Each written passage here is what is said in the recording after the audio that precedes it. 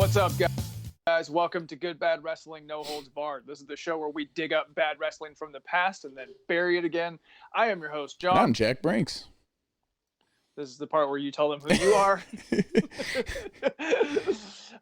You guys can find the podcast version of the show on Apple, Google, Spotify, wherever they got podcasts. You can also look at our big dumb faces on YouTube. If that's where you found us, super kick that subscribe button below so you don't miss anything. Leave us some comments. If you're listening to us on podcast, go rate and review us. It really helps us out. Check us out on the Instagrams. We're on Good Bad Wrestling. We're on Facebook. Interact with us. Let us know what you think. Let us know what you think of this episode. Give us suggestions for future episodes. We like talking to you guys, so reach out and touch someone. Yeah. Jim Cornette said it's cool as long as you cover your tracks. So and everyone should listen to Jim Cornette, or nobody should listen to Jim Cornette.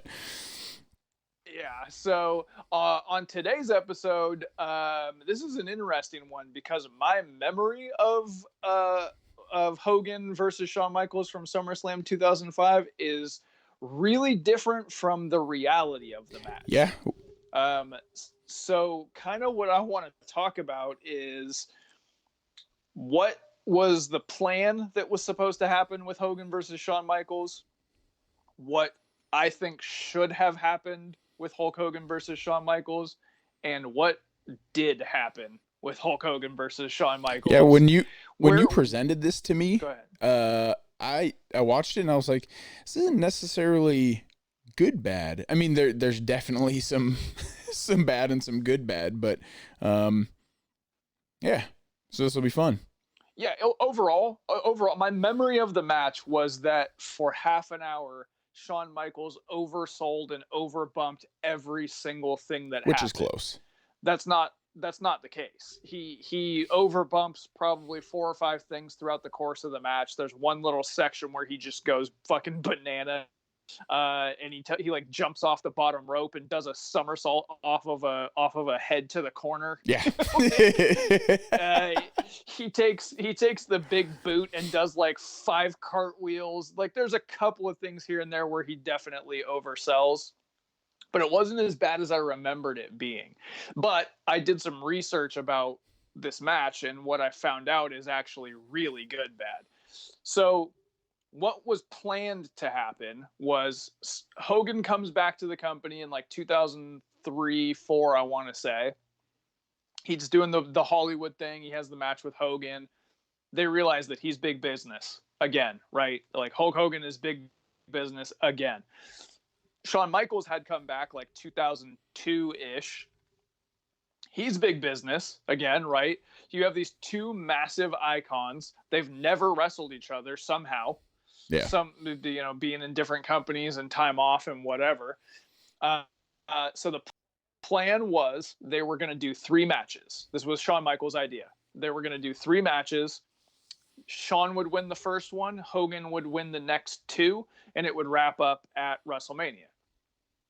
Problem was, this is an amalgamation of things according to Jim Cornette, according to Shawn Michaels, and according to Hulk Hogan. That's a big word for you. Did you learn that one today? Yeah, that was a new one from today. So this is kind of and this is kind of blurring the lines between all 3 of them. Sort of have different stories, and I'm kind of picking and choosing what comes up the most and what sounds the most believable. So Hogan decides after Shawn Michaels does a promo on Raw where he's on a fake Larry King episode. You remember that? Yeah. And he's pretending to be Hogan, and he's doing like the, oh, look how old I am shtick. Well, apparently this pissed Terry off. And I remember in Shawn Michaels' book, he was talking about this, and they had asked him, Vince had said, okay, we're going to do this program. I want you to be the Shawn Michaels of 1997. And Shawn was like, you don't want that. It's DX. What do you expect if you're Hogan? No, I mean like dickhead, like come back through the curtain and yell to everyone, follow that Shawn Michaels. Oh, off-screen like Shawn Michaels. Shawn Michaels. Yeah, he said, I want you to be 1997 Shawn Michaels. And Shawn was like, I don't think you do, but okay. So he goes and does the Larry King thing, and he's kind of conjuring up that version of himself. Terry sees it and he's pissed off about it. And he doesn't want to do the 2 out of 3. He wants to win all 3 matches. Of course he does. He says, I'm winning all 3 because Terry's business, because right? it's Terry. 10-inch Terry. So can that just be his name? Not 10-inch Terry. Yes. Oh, that is good. Hung Hogan and not 10-inch Terry. So Hogan decides he's not going to do the 3 matches, and he's either going to win all 3 or this is going to be a one-off. This pisses Shawn Michaels off, as you could imagine, right? So his retaliation, or not retaliation, but his answer to that is this match. Okay, you're the man. I'll show you who the man is. I'll make you look like $1 million. And so that's why he comes out and does a bunch of somersaults and fucking backflips and whatnot. And what was funny to me is even throughout the match, the announcers are calling him out on it. Did you catch that? Yeah. They're like so they're talking about like getting in Hogan's head, and they're like his psychology. And King goes, I don't think his psychology is right. This came up the other day because there was something, I want to say it's NXT or AEW, and there was some overselling that happened. And this is, I think, where we started discussing this. And the overselling is so bad, like so good bad in this. Like, I think at the end when he hits the big boot, he bumps back and then like rolls around and then flops around like a fish. The best one is in the beginning of the match. They're just doing the feeling it out process, and it's the lock up, and Hogan shoves him off, and he does a pretty normal athletic guy like back somersault, right? Yeah. They lock up again. They're doing all your normal big guy versus small guy beginning of the match stuff. And then Shawn Michaels hits the ropes and comes in for a tackle. Hogan hits him with a standard Impact shoulder tackle, not a hard one, not a soft one. Yeah. Shawn Michaels hits the ground, goes ass over tea kettle, goes through the ropes, hits the mat, and then rolls 3 more times. So damn funny. What a prick. He was probably in the back with the Rock and was like, "Hey, hold my beer." So that's what was proposed and what actually happened. I also want to talk about what I think should have happened. So we obviously feel a certain way about Hulk Hogan, yeah, right? In 2005, I didn't feel that way about Hulk Hogan. I felt like my opinion of who was supposed to be a wrestler, I'll admit I was kind of uptight about that at the time, and I thought that Shawn Michaels and Chris Benoit and Bret Hart and your work rate guys were the only way to be, and anybody who was sports entertainment was somehow lesser than. I currently don't believe that. I think you need both, and you should try to be all, like a la Chris Jericho.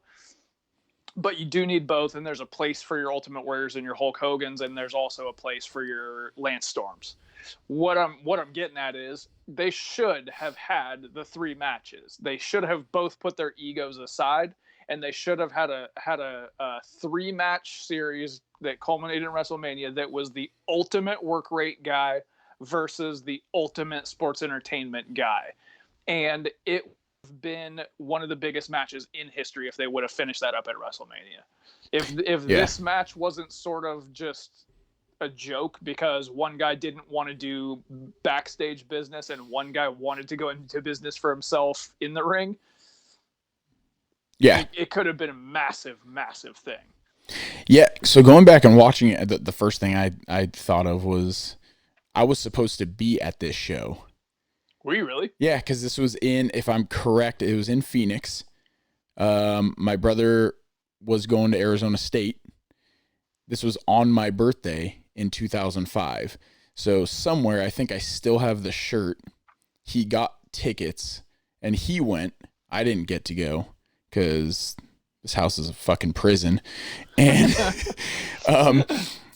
watching the match, it was actually a really... I won't say it's a good match. I won't say really good match, but it's a good match. Yeah, I think they did the perfect when you got a guy who can't work, Hogan can't work. He's garbage. Like he'll admit that. Yeah. And you got Shawn Michaels, who still can. The psychology, I think the way they did it is almost the best you could do to tell a story when you have one guy who can't work for shit with someone who can. So like it worked.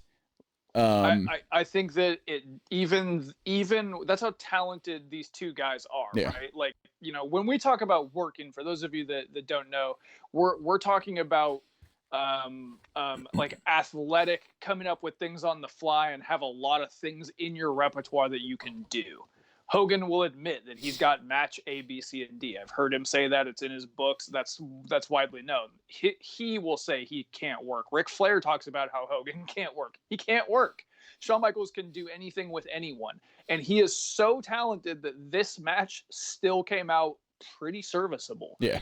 Imagine if they were on the same page. Imagine if Hogan lost this match because he passed out due to blood loss, right? And baby faces himself even more, because as much as we don't like 10-inch Terry, he is a selling motherfucker, right? Yeah. He sells for everybody. That's his whole shtick, is the comeback, right? So imagine if he would have sold his ass off and passed out due to blood loss. Then they come back, you know, a little bit later, and Shawn Michaels gets himself DQ'd in a match. And then they come back at WrestleMania and they have a no DQ match to finish it off. A definitive winner.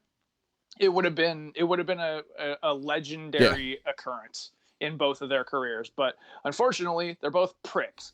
And I love Shawn Michaels, and I like his brand of being a prick, and I'm for it. I'm not a fan of Terry's brand of being a prick. A fan of Terry's prick being a prick. Less than 10. Less than 10-inch Terry is a prick. It's a short 10. All right, well, that's our review of SummerSlam 2005's main event. Like I said, get at us at GoodBad Wrestling. Let us know what you guys want us to review. If you've got some terrible stuff that you've seen that you want us to talk about, if you've got people you want us to interview, get at us. Let us know that stuff. We'd love to hear from you guys. If you're on the YouTubes, super kick the subscribe button and leave us a comment. We want to know what you guys thought. We'll catch you guys next time. Peace. Peace.